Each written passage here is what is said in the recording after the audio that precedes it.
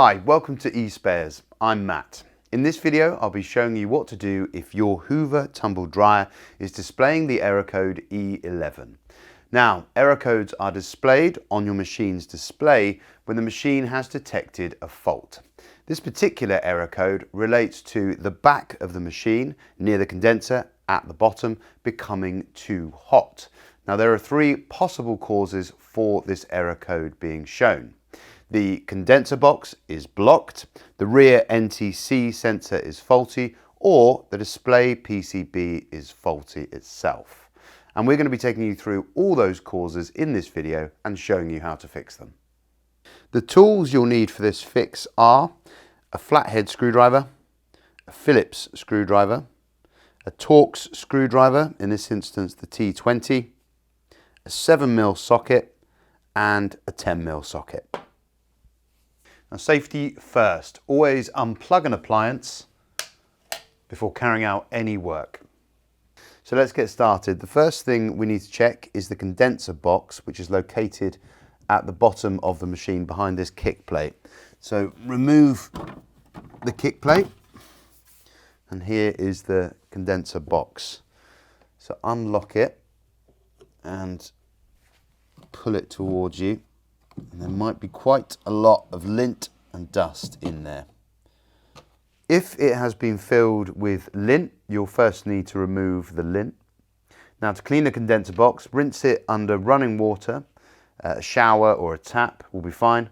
Make sure you leave it completely dry before refitting it in the tumble dryer. If the condenser box was fine, or if after cleaning and letting it dry the problem persists, then the next thing we need to do is to replace the rear NTC sensor. This rear sensor serves to check the airflow and moisture inside your Hoover condenser dryer. Before we continue, it might be a good idea to learn how your tumble dryer works to help you diagnose any future faults. Take a look at our video here, which will help you maintain your dryer parts and help you find out which ones may be faulty. The next thing you need to do is to remove the top of the appliance by undoing the 3 screws at the back using a 7mm socket.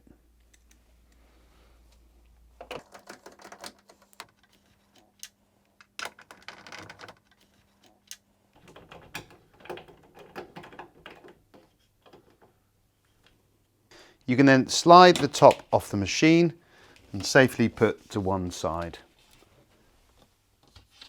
Next, remove the water container by simply pulling it out the front of the machine.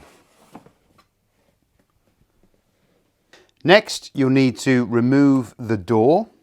To do that, you'll need to undo the 2 screws that hold the hinge in place using your Torx T20 screwdriver.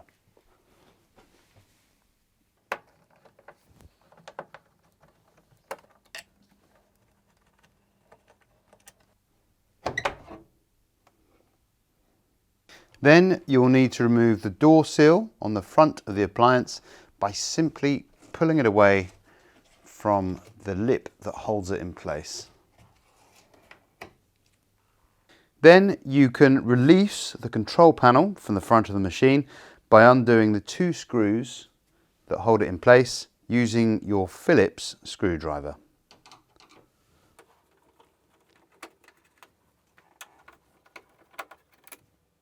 With the 2 screws removed, you can then lift up the control panel and rest it on the top of the machine. No need to remove completely. Then we need to remove the lower panel here. Simply grab a hold of it and pull it off.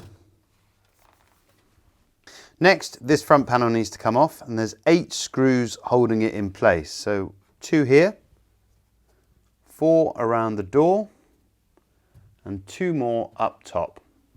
These are all Phillips head screws. So we'll start at the bottom.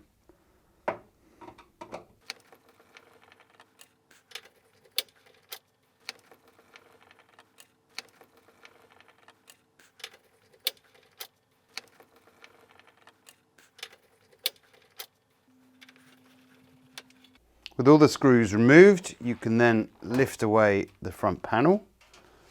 And what you'll have to do is remove the electrical connections from the door lock to remove the panel completely. With the front panels removed, you can remove the electrical connection to the front NTC. We now need to remove the water container housing. Start by taking off the overflow pipe here, using a pair of pliers to release the clip at the top. Pull down and then the hose should simply come off.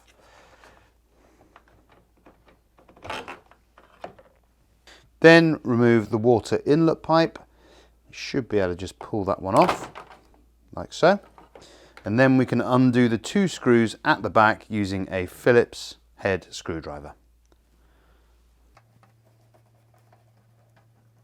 Then we need to remove the front ring assembly by again using your 7mm socket and undoing these 4 screws, 1 at each corner.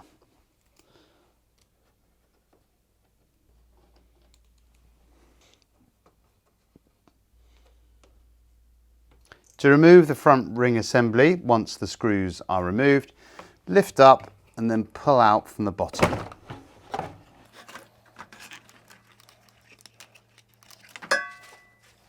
Then you can remove the water container housing, put it towards you, making sure you don't trap any of the pipes.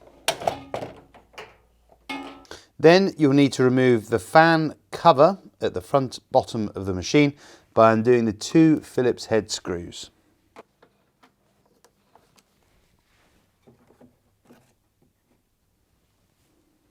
Next, you'll need to remove the fan that you can see there inside the machine.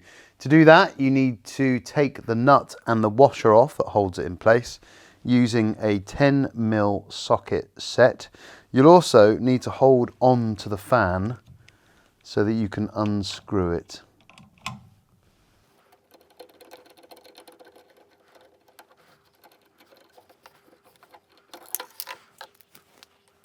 Once the fan's removed, there is also a washer at the back of the shaft that needs to be taken out, like so. Next, remove the fan cover. Simply pull it towards you and then twist to remove. With the fan cover removed, you can see the belt and the pulley. What you need to do is take the belt off the pulley simply by pulling down and towards you continuously until it comes off. Be careful because it might come off suddenly. There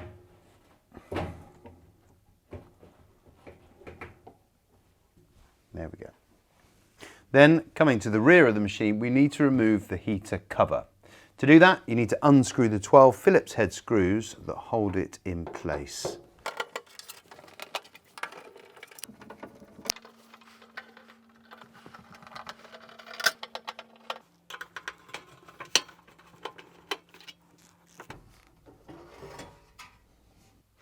Next up, we need to remove the 2 Phillips head screws that hold the heater assembly in place.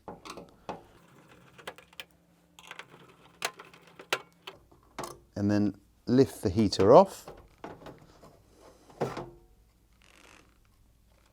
Then, once the heater's out of the way, we can undo both these screws which hold the drum in place. Again, Phillips head screws these.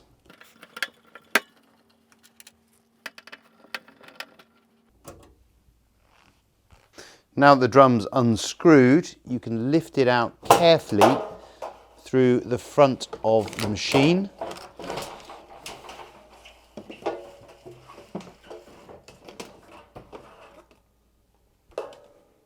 And here is the rear NTC temperature sensor. To remove it, simply take out the electrical connection and undo the 2 Phillips screws and lift out.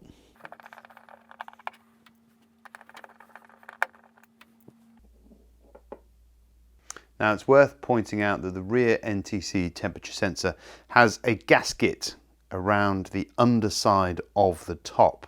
Now a new one will not come with this gasket, so as long as it's in good condition, you'll need to take it off the old one and put it on your new one. However, if it's perished or damaged, you'll need to buy a brand new one, as the machine can lose moisture through not having this gasket. Once you've removed the NTC sensor from your condenser tumble dryer, it's time to purchase a new one on the eSpares website. For this, you'll need your model number. Now, if you're not sure where your model number is on your appliance, check out our handy video here, which gives you all the tips you need to find the model number for your appliance.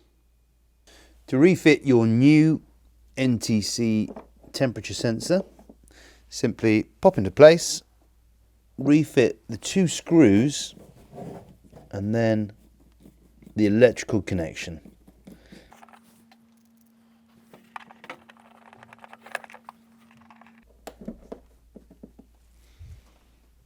Now you've fitted your new part, what you have to do is refit the drum. To do that, you need to line up this cutout on the back of the drum to this cutout on the back of the machine when you're putting the drum back in.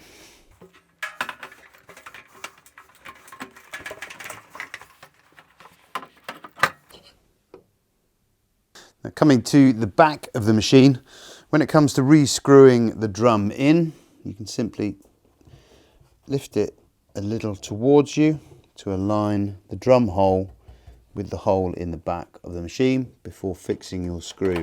Now do be careful of any sharp edges on the metallic parts of the drum and the machine itself.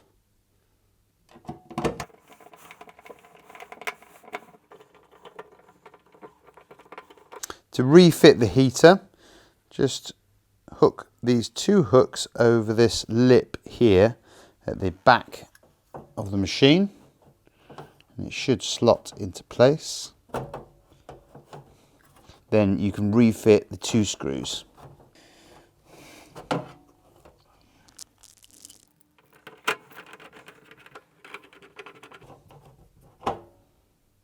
Refit your heater cover.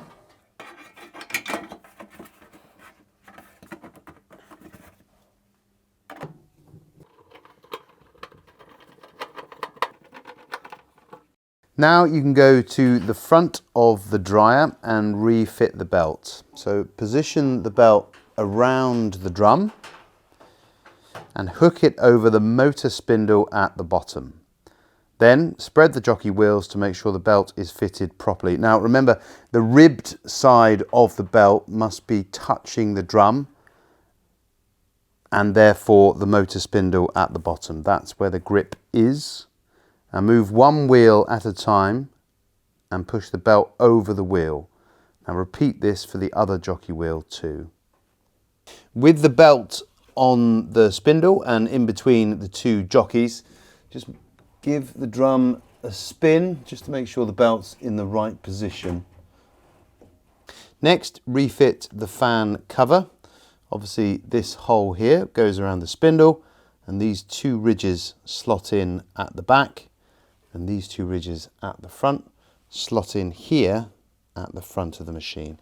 So twist it as you put it in and then you can fit it correctly.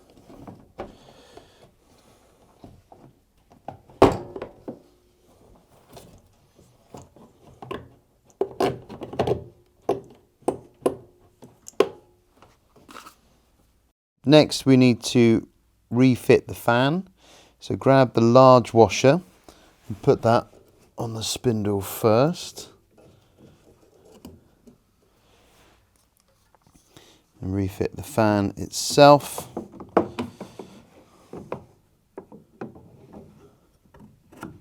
Make sure you push it hard to get it fully over the spindle. And then you can refit the outer washer and the nut using your 10mm socket set. Make sure you hold the fan when you tighten it so the screw goes on nice and tight. You can then refit the fan cover.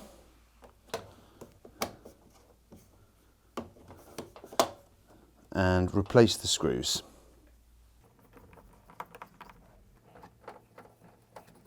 Then you can pop in your water container housing.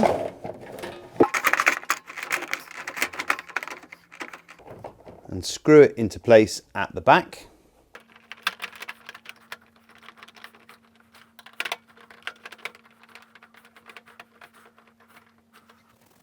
Refit your outlet pipe using a pair of pliers just to make sure this clip goes back onto the tube securely. Next, you need to refit your outer ring assembly.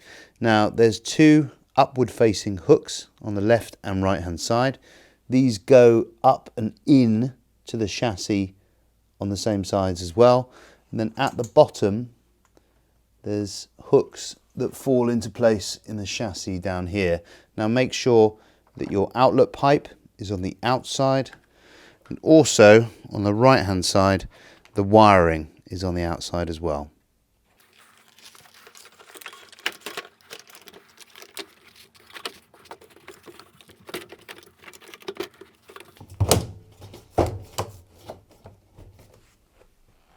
Reconnect the overflow pipe to the water container. Again, using a pair of pliers just to make sure that this clip is nice and secure. And then you can refit the 4 screws using your 7mm socket.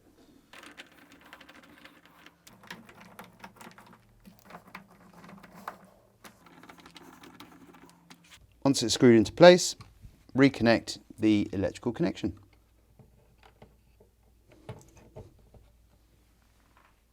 Reconnect the electrical connections to the door lock, and then you can screw the main front panel into place.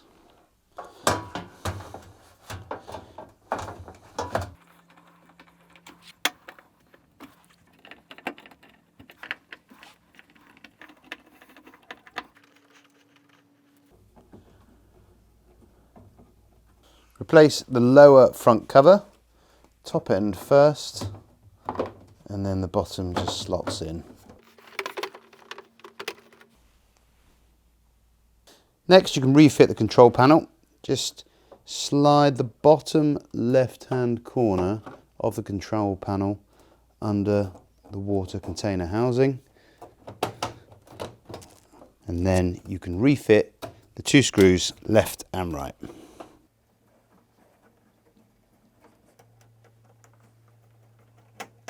Next, refit the water container. Then you can refit the door seal and then the door.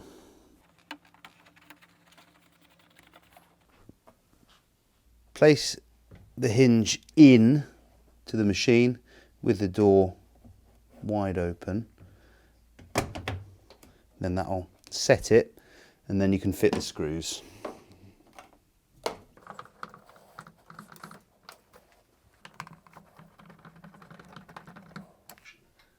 Then you can slide on the top and refit the 3 screws at the back.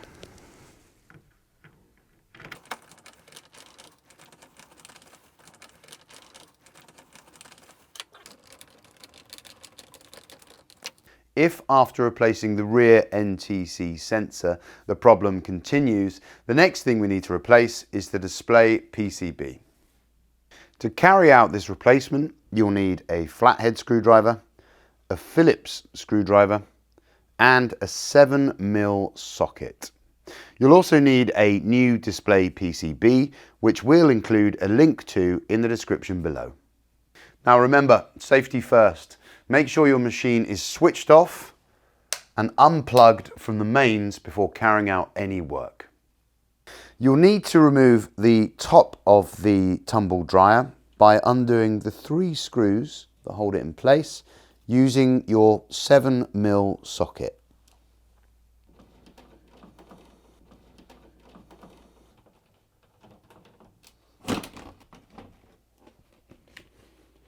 Next, you'll need to remove the water container by simply pulling it out of the top of the machine. Next, using your Phillips screwdriver, undo the 2 screws that hold the control panel in place. Then remove the control knob from the control panel using your flathead screwdriver. Just put it behind, gently prise it off. Next, we need to remove the electrical connections from the PCB and the back of the control knob. What I'm going to do is just take a photo of the wiring so that when I put it back, I'm putting it back in the right place.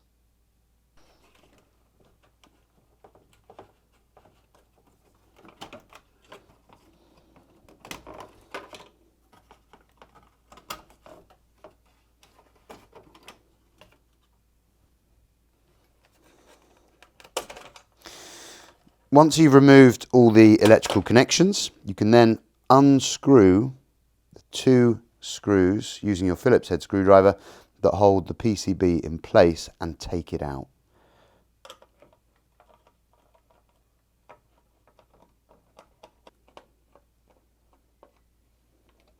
Once all the electrical connections are removed from the display PCB, you can simply push these 2 tabs back and then lift the PCB out. When it comes to fitting a new PCB to your tumble dryer, you'll need to make sure you have the right part for your machine. To do this, you're going to need the model number of your tumble dryer. Now, if you don't know what this is or where to find it, don't worry. Check out our video here on how to find the model number of your tumble dryer to get in the know. You can now grab your brand new PCB, and to fit, simply put it underneath the clips on one side and push down until it clicks into place. Using the photo I took as a guide, I can then reconnect the electrical connections.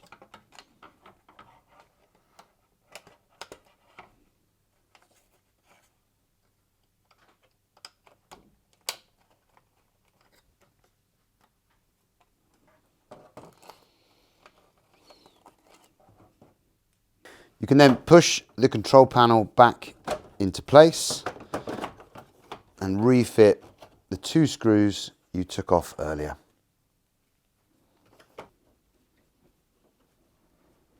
Push the water container back into position. And then finally, refit the top of the tumble dryer